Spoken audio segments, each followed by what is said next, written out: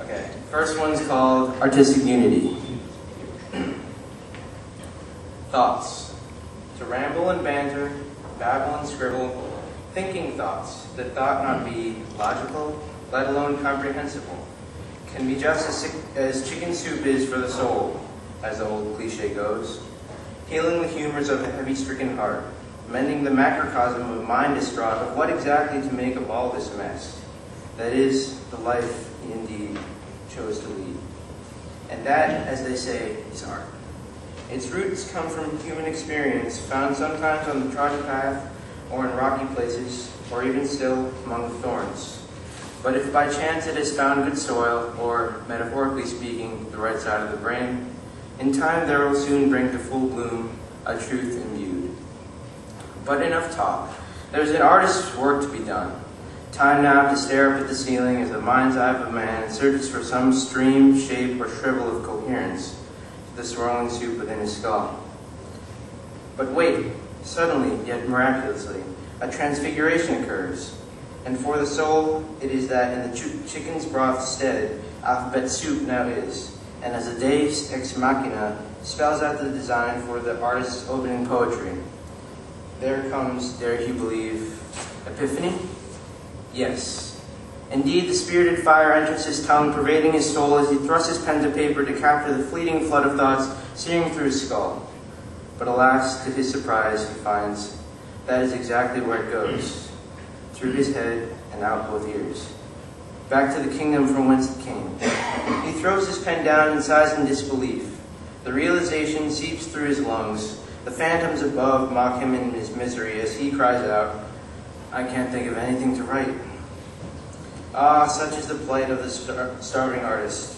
Stay he better with his rambling, bantering, babbling, and scribbling, lest he believe, briefly, that he could conceivably come up with some strain of art, let alone, for that matter, a poetic voice.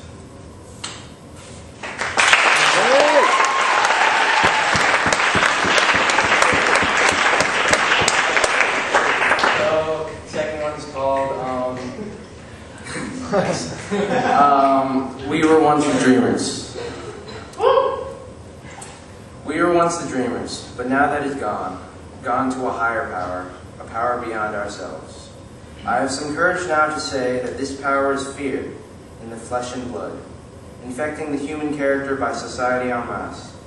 And so, fear becomes a fear of alienation, a fear of exploitation, and ultimately, regrettably, a fear of innovation and a fear of contemplation. But now I've said too much, for now again, the higher power has won. I repeat, he has won. Gone are the days of staring up at the ceiling, musing upon rippled waters, gazing into the eyes of the inscrutable firmament. It is gone, and with it gone inspiration, beauty, and appreciation and affirmation of the interconnectedness of all things.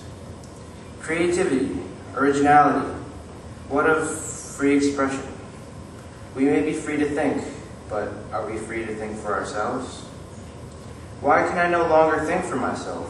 Where have all these thoughts gone, these beautiful, wondrous thoughts, thoughts brewed while crossing snow-covered lawns, walking barefoot through the cold, wet sand of foggy autumn beaches, strolling and blending amongst incandescent fireflies grazing sweet summer nights?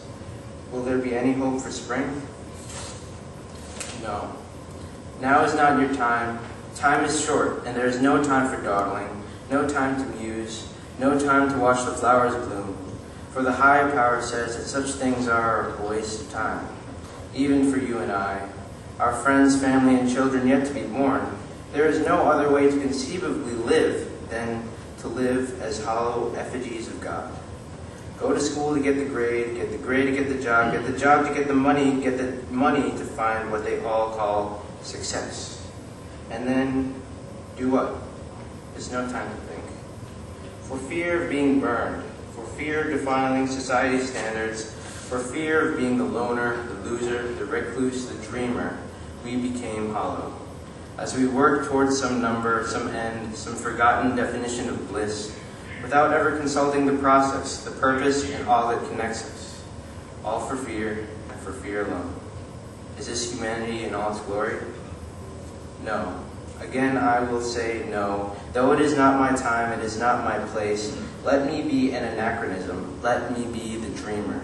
For justice knows neither time nor place, and indeed in this realm there's much justice to be done. I tell you now, forsaken scarecrows of dusk, be the dreamers you once were, and fill the God-shaped hole within you. Know that in dreams there exist faculties most undeniably human. Take back humanity, and lend it your glory. Together today we must conquer fear for ourselves. Let contemplation roam and creativity flow. Take it back to the beautiful days of childhood, perchance now only living in dreams.